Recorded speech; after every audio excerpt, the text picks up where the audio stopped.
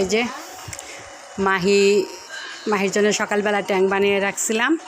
মাহিও ঘুম থেকে উঠে নাস্তা খাইছে, খাওয়ার পরে এখন মাহি এই যে ট্যাং খাইতেছে। আপনারা মাহির মাথার টুপিটা দেখে ক্যাপটা দেখে অনেকেই ভাববেন মাহি বড় হয়ে গেছে, এই ক্যাপ দিছে। এটা মাহির ছোটোবেলার ক্যাপ। মাহি যখন ক্লাস 2-তে পড়ে তখন মাহিকে এই ক্যাপটা বানাই দিছিলাম কুশি কাটার। তারপরে মাহি তো বড় হয়ে গেছে, এখন আজকে এটা বের করছে খেলার জন্য, খুলে ফালাইয়ে দিছে। এটা মাহির স্কুলের ওর ক্লাসমেটের এক আম্মু বানাই দিছিল, ক্যাপটা বানাই নিয়েছিলাম। তখন এটা খুব চলছিল, সবাই পড়ছিল। এখন তো মাহি বড় হয়ে গেছে, এখন আর এটা লাগে না। আমি বলছি, লজ্জা পাইছে, ফেলে দিছে। এই যে মাহির খাওয়া শেষ, ট্যাং খাওয়া শেষ।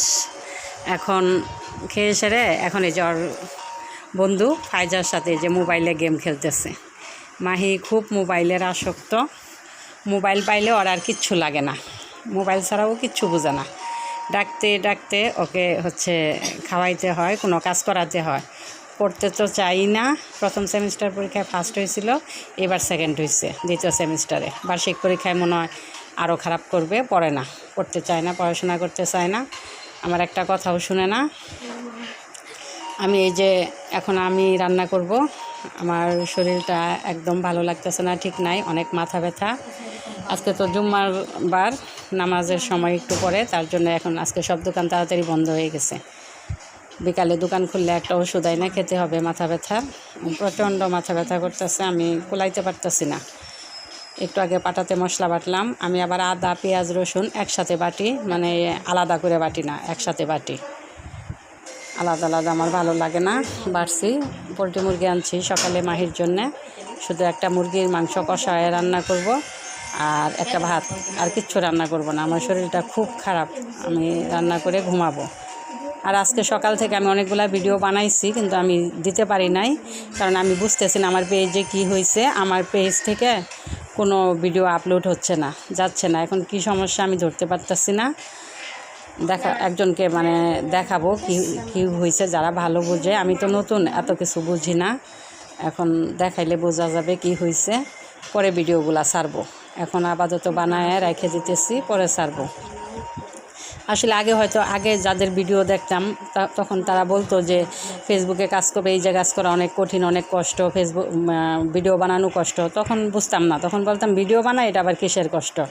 কিন্তু এখন বুঝি, এখন যখন নিজে কাজে নামে গেছি, এখন বুঝতে পারতেছি যে আসলে ভিডিও বানানো কতটা কষ্ট।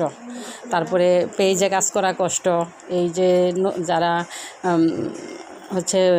ভিডিও আপলোড করে তাদের ভিডিও দেখা, তাদেরকে কমেন্ট করা, রিপ্লাই কমেন্ট দেওয়া, কমেন্ট করা, লাইক শেয়ার করা, অনেক সময় দিতে হয় ফেসবুকের পিছনে। আসলে আমাদের এই প্ল্যাটফর্মে আমরা যারা নতুন, আমাদের সময় একটু বেশি দিতে হয়, কারণ সময় না দিলে আমাদের সফলতা আসবে না, ফলোয়ার বাড়বে না, এঙ্গেজমেন্ট বাড়বে না। আমি নতুন, আমি সকলকে অনুরোধ করতেছি, সবাই আমার পাশে থাকেন, আমার ভিডিওগুলো দেখেন, ভালো হোক মন্দ হোক কমেন্ট করেন, শেয়ার দেন, লাইক দেন।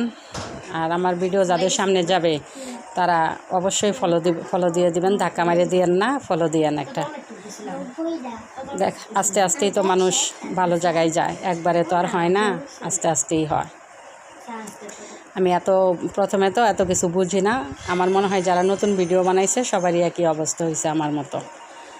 প্রথমে কেউ অত ভালো বুঝে না, আর আমাকে হেল্প করার মতো আমার আশেপাশে কেউ নাই যে কেউ ভিডিও বানায়, তাহলে তো আমি তাদের কাছ থেকে জানতে পারতাম, শিখতে পারতাম।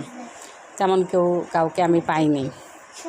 আমার তো 2টা মেয়ে, বড় মেয়ে তো আমার কাছে থাকে না, ময়মনসিংহ থাকে লেখাপড়া করে। ও বোঝে অনেক কিছু, কিন্তু ও তো আমার কাছেই থাকে না, মাঝে মধ্যে আসে। আর মাহিকে যদি বলি একটা ভিডিও বানাও তো বানায় না, ও আর খেলাধুলা নিয়েই ব্যস্ত। ও খুব কথাই শুনে না, একদমই কথা শুনে না। আমি এখন এই যে খুব খারাপ লাগতেছে, এখন থালবাটি ধুবো, ধোয়ার পরে রান্নাটা বসাবো। রান্না করে সেরে আমি একটু ঘুমাবো, আমার শরীরটা খুব খারাপ লাগতেছে আজকে। আচ্ছা ঠিক আছে, আজকে এই পর্যন্তই।